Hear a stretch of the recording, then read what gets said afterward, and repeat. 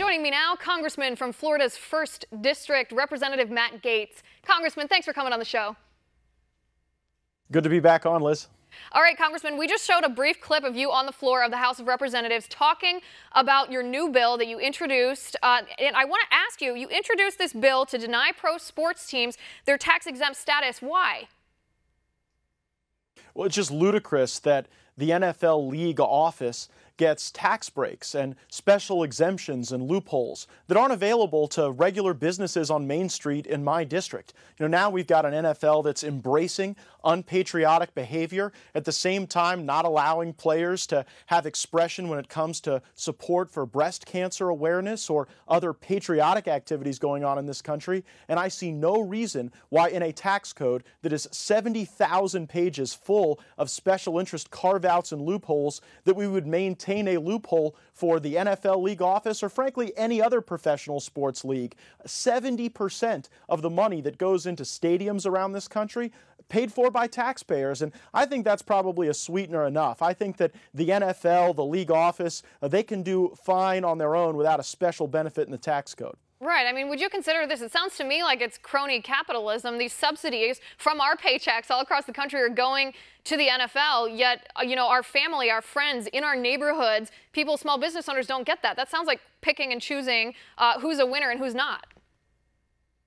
Well, you're right, and as conservatives, we're always for welfare reform, but we need to be equally as enthusiastic about corporate welfare reform, and this is corporate welfare at its worst. I think of the number of veteran-owned small businesses that I have in my district, folks that go to work every day, that hang the flag outside, and that want to make life better for people, being disadvantaged by a tax code, while at the same time, it seems as though if you've got the right lawyers and lobbyists in Washington, D.C., you can get special carve-outs and giveaways that regular folks don't get.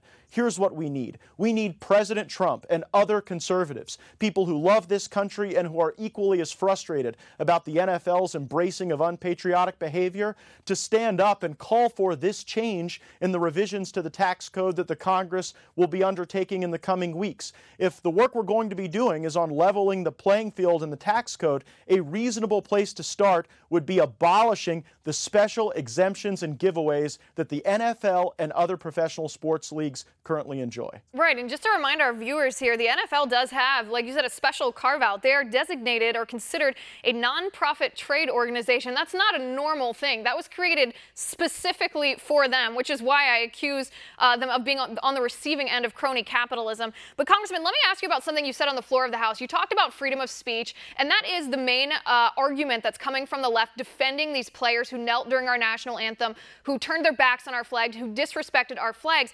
But to me, freedom of speech is when the government would make a law prohibiting that speech. No one that I'm aware of, certainly not President Trump, certainly no Republican in Congress, has advocated for illegalizing this speech or this expression. How is that a violation of freedom of speech then, to say that in your opinion you think, not you, but President Trump thinks that these players should be fired for that expression?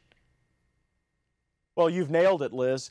Freedom of speech cannot be abridged by the government, but those of us who serve in public life certainly have the opportunity to comment on what speech we find abhorrent and what speech we think fulfills the great promise of this country. And what's so troubling to me is that this protest of our anthem is way too overgeneralized. If NFL players have concerns with the criminal justice system or police, there are plenty of venues for them to be able to express that without disgracing our country. I think it's particularly offensive when you've got NFL teams going overseas and then standing for God Save the Queen and staying on one knee for the national anthem. Not only is that insulting to people who serve, it demonstrates a pretty profound lack of understanding of history. I think the British Empire is probably engaged in more colonialism and oppression throughout the course of human history than just about any society that has existed since Alexander the Great. And so I think we need to have appropriate context, and certainly while the NFL is doing these things, we can say that it's not the type of conduct that we would condone with a special giveaway in the tax code.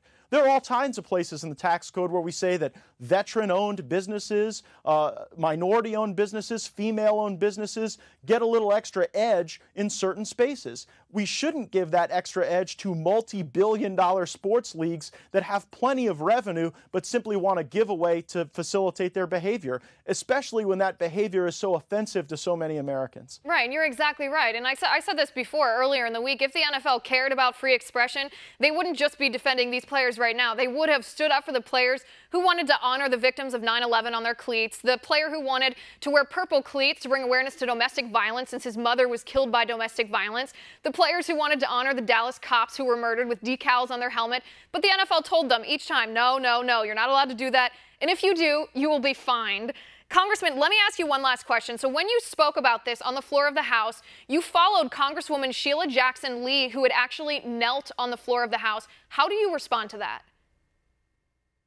Sheila Jackson Lee has a very hypocritical approach to the First Amendment. She thinks that anything that liberals say or people on the left say should be given great reverence, but when conservatives speak out about patriotism, about our military, about our veterans, somehow that enjoys less protection under the First Amendment. What was particularly offensive is that Representative Jackson Lee suggested that kneeling was this great sign of respect. You know, I don't remember Democrats kneeling when Barack Obama walked onto the floor of the House, because when a president walks in the room, when the flag is raised, when an anthem is played, Americans should stand up, because this is the common experience that unites us, love of country. We're a very diverse nation, and in many ways that diversity contributes to our strength, but we certainly can't get to a point where the unifying principle of this country, the love of this country, is something that we indict. That will lead to the erosion of what I consider to be the greatest society that's ever existed in human history.